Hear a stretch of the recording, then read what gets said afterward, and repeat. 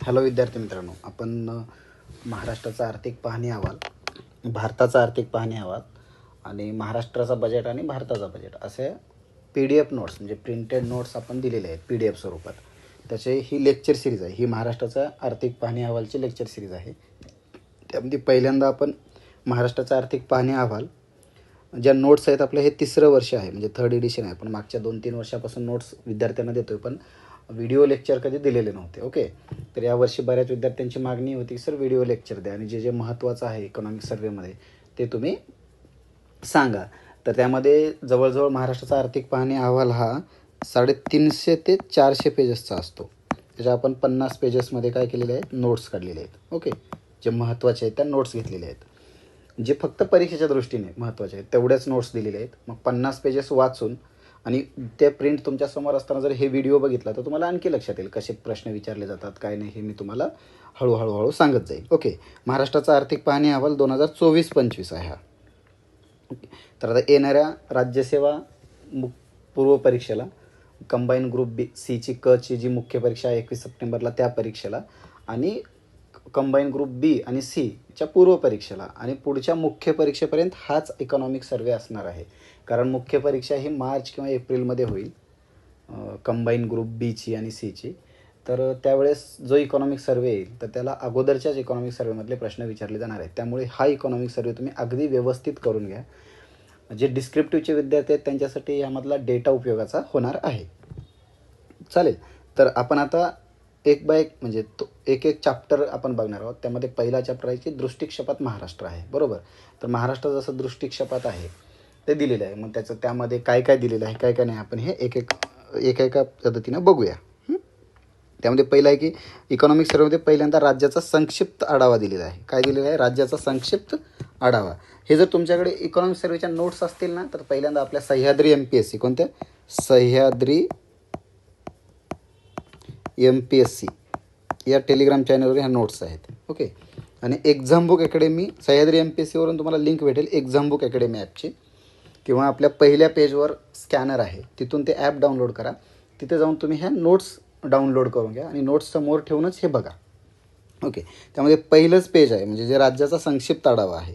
त्यामध्ये काय दिले, महाराष्ट्र हे विस्तीर्ण अरबी समुद्राच्या किनाऱ्यावर स्थित असून देशाच्या पश्चिम व मध्य द्वीपकल्पीय प्रदेशामध्ये वसलेले राज्य आहे. देशाच्या पश्चिम किनाऱ्यावर आणि मध्य द्वीपकल्पीय प्रदेशामध्ये वसलेलं हे महाराष्ट्र राज्य आहे. राज्याच्या पश्चिमेला 720 किलोमीटर लांबीचा किनारा लाभलेला आहे. बरोबर, 720 किलोमीटर लांबीचा किनारा लाभलेला आहे. हा चॅप्टर एवढा महत्त्वाचा आहे. यामध्ये जिओग्राफीमध्येही 1-2 प्रश्न यातले येणारे आहेत. इवन तुम्ही सरळ सेवा देत असाल, पोलीस भरती असेल हे, किंवा कुठल्याही सरळ सेवा येणारी, तलाठी भरती येते येतात, त्यामध्ये कुठल्याही परीक्षेमध्ये ह्या चॅप्टरचे निदान 2 ते 3 प्रश्न असणार आहेत, कमीत कमी सांगतो मी. तर त्यामुळे हे चॅप्टर थोडं व्यवस्थित बघून घ्या. पश्चिमेला 720 किलोमीटर लांबीचा समुद्र किनारा, सह्याद्रीच्या पर्वतरांगा आणि उत्तरेला सातपुडा पर्वतरांगा आहे. जो उत्तरेला आहे तो सातपुडा पर्वतरांगा आहे. पूर्वेला भामरागड, चिरोली, गायखुरी पर्वतरांगा या नैसर्गिक सीमा लाभल्या आहेत. ह्या कोणत्या आहेत, नैसर्गिक आहेत. ओके, मग राजकीय सीमा कोणत्या आहेत, तर राज्याच्या वायव्येस गुजरात आहे, उत्तरेस मध्य प्रदेश, पूर्वेस छत्तीसगड, आग्नेयेस तेलंगणा, दक्षिणेस कर्नाटक व नैऋत्येस गोवा हा राज्य महाराष्ट्राच्या आहे. महाराष्ट्राच्या नैऋत्येस गोवा आहे. प्रशासकीय सोयीसाठी महाराष्ट्र राज्याचे विभागणी 36 जिल्हे आणि 6 महसूल विभागात केलेली आहे. किती, 36 जिल्हे आणि 6 महसूल विभाग. किती, 36-6 हे लक्षात ठेवा. ही लांबी. आणि महाराष्ट्राच्या पूर्वेला, पश्चिमेला, दक्षिणेला आणि उत्तरेला कोणत्या प्राकृतिक सीमा आहेत आणि राजकीय सीमा. राजकीय सीमा म्हणजे राज्यांच्या सीमा. ओके, हे अक्षरशः पाठ पाहिजे तुम्हाला, मॅपिंगमध्ये लिहून बघा वगैरे. ओके, पुढे महाराष्ट्रात उष्ण, पावसाळी, थंड असे उष्णकटिबंधीय मोसमी हवामान आहे. उष्णकटिबंधीय मोसमी हवामान आहे. मार्च महिन्यात उन्हाळ्याची सुरुवात होते आणि त्यानंतर जूनच्या सुरुवातीला मान्सून येतो, नोव्हेंबरमध्ये हिवाळा येतो. ओके, जे महत्त्वाचं घेणार आहोत आपण ते तिथं फक्त स्ट्रेस करूया. महाराष्ट्र राज्य लोकसंख्येनुसार देशात 2ऱ्या क्रमांकाचे राज्य आहे आणि क्षेत्रफळानुसार 1ल्या क्रमांकाचं राज्य आहे. बरोबर, क्षेत्रफळानुसार कोणतं आहे, 1ल्या क्रमांकाचं राज्य असून खूप मोठ्या प्रमाणात महाराष्ट्राचं शहरीकरण झालेलं आहे. त्यामध्ये हे सगळं अत्याधुनिक वाहतूक व्यवस्था. ओके, भारतातील सर्वात लांब सागरी सेतू अटल बिहारी वाजपेयी शिवडी न्हावा सेवा अटल सेतू मुंबई येथे आहे आणि समुद्राखालून बोगदा असलेला भारतातील पहिला किनारी रस्ता देखील मुंबईतच आहे. ओके. राज्याची राजधानी मुंबई ही देशाची आर्थिक राजधानी असून राष्ट्रीयकृत बँका, अग्रगण्य वित्त संस्था, कॉर्पोरेट संस्थांचे व कंपन्यांचे मुख्य कार्यालयाचे हे माहेरघर आहे. आशिया खंडातील सर्वात जुना शेअर बाजार मुंबई शेअर बाजार हा देखील मुंबईत आहे. BSE बरोबर, बॉम्बे स्टॉक एक्सचेंज. महाराष्ट्राला समृद्ध सांस्कृतिक वारसा लाभला असून उत्साही परंपरा आणि उत्साहासाठी राज्य ओळखले जाते. राज्यात विविध चालीरीती व परंपरा असलेले लोक गुण्यागोविंदाने राहतात. महाराष्ट्राला पारंपरिक लोकसंगीत, नृत्य, संगीत, नाटकासह उच्च दर्जाची नाट्य परंपरा आहे. महाराष्ट्रीय खाद्यसंस्कृती प्रदेशानुसार बदलते. बरोबर.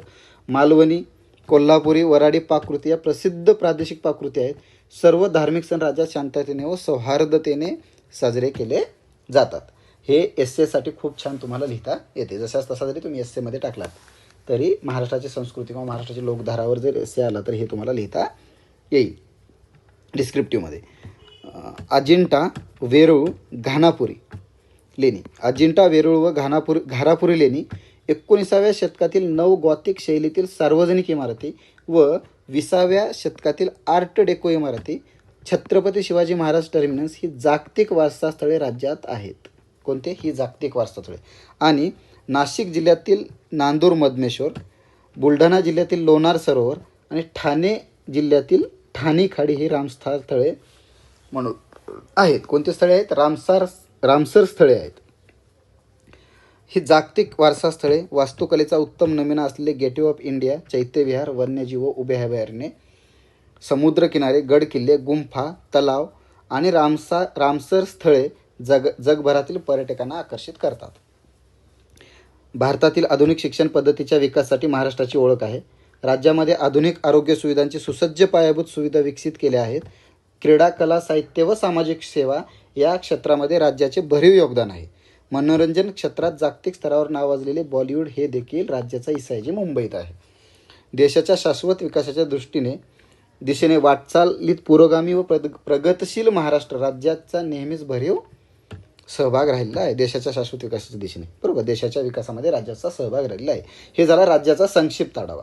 राज्याचा एकूण संक्षिप्त आढावा यामध्ये दिला आहे. हे इकॉनॉमिक सर्वेचे पहिलं पेज आहे.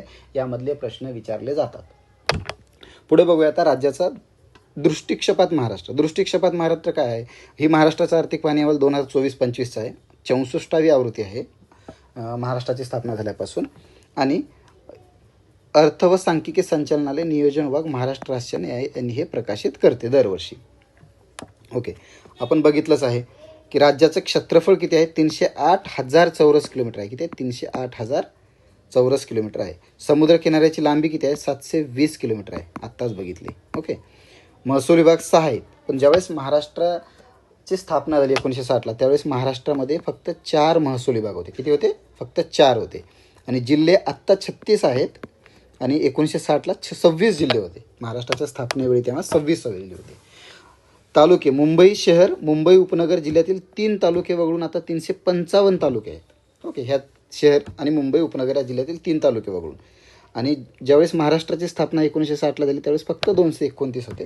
हा PYQ आहे, हे लक्षात ठेवा. हा PYQ आहे. काय आहे? हा PYQ आहे. ओके. वस्तीस असलेली गावे, हा तर काय प्रश्न विचारलेला नाही. शहरे 534 आहेत. लोकसंख्या जी 2011च्या जनगणनेनुसार असेल 11,23,00,000 आहे, जी भारताच्या एकूण लोकसंख्येच्या 9.3 कोटी आहे. म्हणजे जवळजवळ 10% लोकसंख्या ही एकट्या महाराष्ट्रामध्ये राहते भारताच्या एकूण लोकसंख्येच्या. म्हणजे 9.3% ही भारताच्या एकूण लोकसंख्येच्या 9.3% लोकसंख्या ही महाराष्ट्राची आहे. ग्रामीण लोकसंख्या जेवढी आहे ती भारताच्या 7.4% आहे.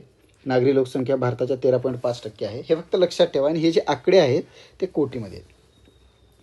लोकसंख्याचा दशवार्षिक वृद्धी दर जो आहे तो 16% आहे. 2011 ते 21 तो एक्झॅक्ट 15.99 दाखवला जातो बऱ्याच ठिकाणी. ओके. इकॉनॉमिक सर्वेमध्ये तो 16 दिला आहे. अनुसूचित जमातींची जातींची ही लोकसंख्या आहे जी कोटीत आहे. ओके. घनता, महाराष्ट्र राज्याच्या घनता किती आहे लोकसंख्येची? ती 365 आहे. ओके, 1960ला ती 129 होती, लक्षात ठेवा. किती? 129. आणि भारताची किती आहे लोकसंख्येची घनता आत्ता? 382 आहे, हे लक्षात ठेवा. स्त्री पुरुष प्रमाण महाराष्ट्राचं 929 आहे, भारत 943 आहे. म्हणजे भारतापेक्षा लिंग सेक्स रेशो, लिंग गुणोत्तर हा महाराष्ट्राचा कमी आहे. साक्षरतेचे प्रमाण 82.3% आहे, तर भारताचं ते 73% आहे. म्हणजे भारताच्या साक्षरतेपेक्षा महाराष्ट्राची साक्षरता जास्त आहे. नागरी लोकसंख्येचे प्रमाण महाराष्ट्रामध्ये 45.2% आहे, भारतामध्ये ते 31.1% आहे. म्हणजे महाराष्ट्राचं नागरीकरण भारताच्या तुलनेमध्ये जास्त झालेलं आहे.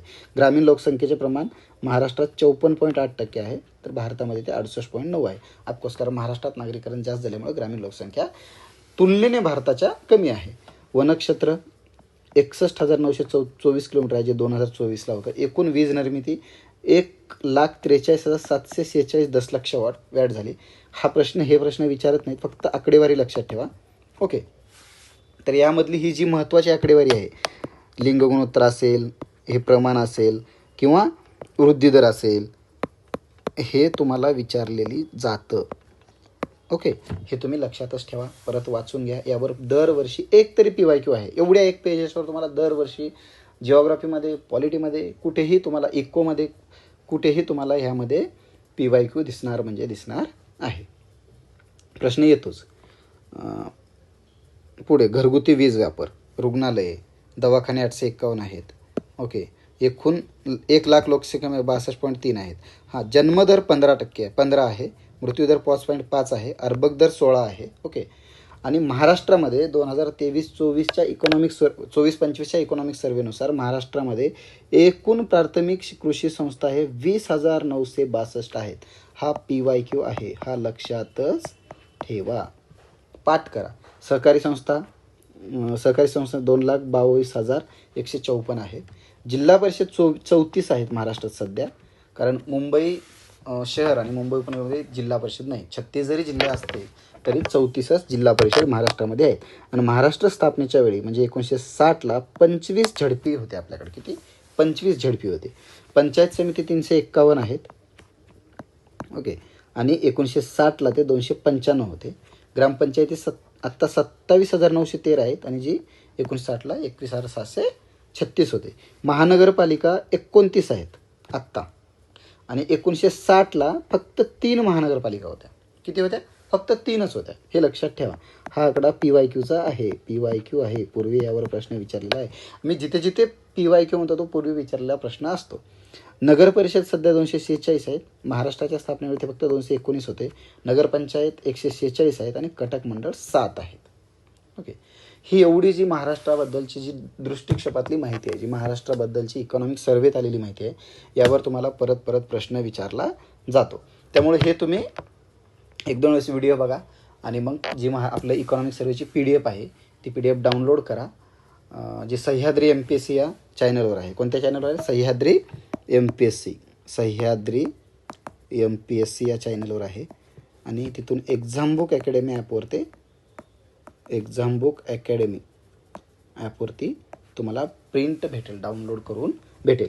हे सगळे व्हिडिओ तुम्हाला त्या ॲपवर भेटून जातील.